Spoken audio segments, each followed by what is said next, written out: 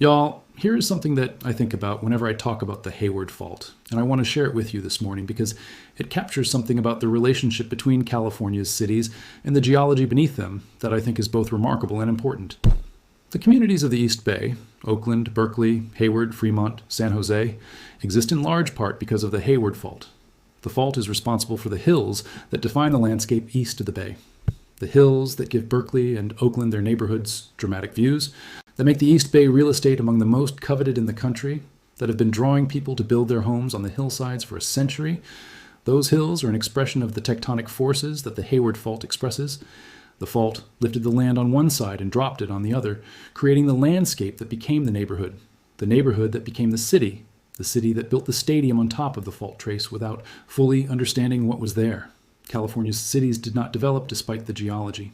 In many ways, they developed because of it.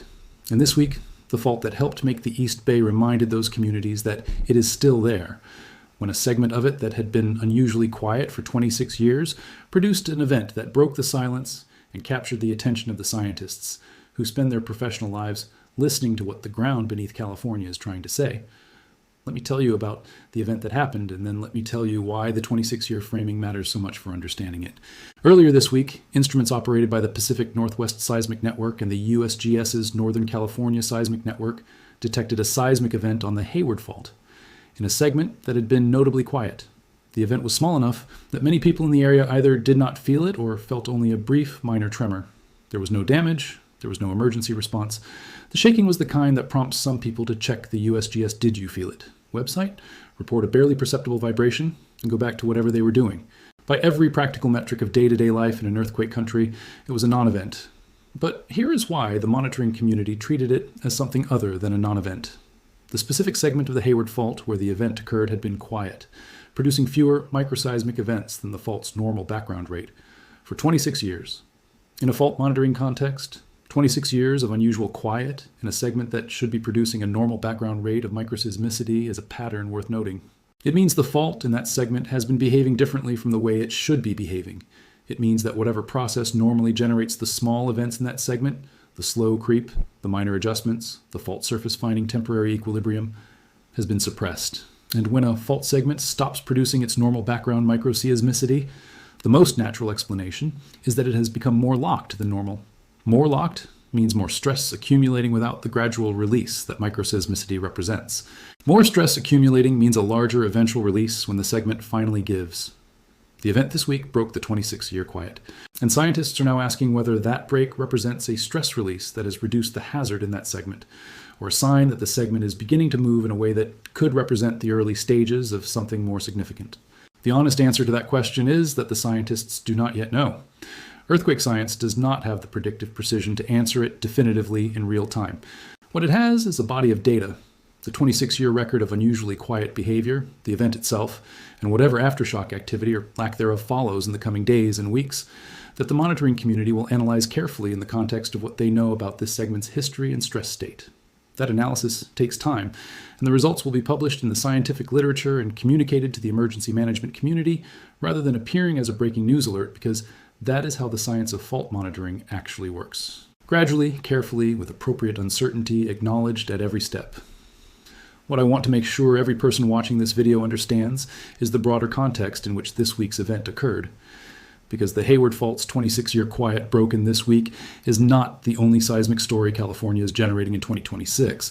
It is the latest story in a year that has produced one significant seismic research finding after another, each one contributing to a picture of California's fault systems that is more complex, more stressed, and in important ways more alarming than the picture that existed at the start of the year. The San Andreas Fault and the San Jacinto Fault in Southern California have reached stress levels that a June 2026 peer-reviewed study in the Journal of Geophysical Research described as the highest in 1,000 years. 1,000 years of building stress released only through the moderate and major earthquakes that have occurred on these faults over that period, culminating in a current state where the energy stored in the fault system exceeds any level recorded in the instrumental and geological record going back a millennium. The research was led by Dr. Lilian Burkhardt of the University of Bern with colleagues from the USGS, UC San Diego, and Northern Arizona University, Dr. Lucy Jones of Caltech, the seismologist who helped design the scenario earthquake used for all major Southern California planning exercises, weighed in when ABC 7 Los Angeles covered the study on August 2nd. Jones emphasized that the headline finding is not simply that the San Andreas is loaded. It is that the conditions now favor a joint rupture of the San Andreas and San Jacinto faults simultaneously, an event that would be more destructive than the single fault, big one scenario that most people have been told to fear. And then there's the Nature Communications study from July 2026, in which Stanford professor Gregory Barroza and colleagues used artificial intelligence to find a hidden population of slow slip events on the Parkfield segment of the San Andreas that conventional seismic monitoring had entirely missed. Hidden events on the world's most thoroughly monitored fault segment. The AI found things the instruments had been recording for years, without human analysis being sophisticated enough to extract them. The implication that our picture of the stress state of any given fault segment is necessarily incomplete because our analysis tools have been missing events that the instruments are generating data about applies not just to Parkfield, but to every fault in California. Everything we know about California's fault systems is based on the data we have been able to analyze. Everything we have been unable to analyze is part of a picture we have been seeing incompletely, the Hayward Fault specifically. 2 million people live along its trace in the East Bay, the most dangerous urban fault in America. Last major rupture in 1868.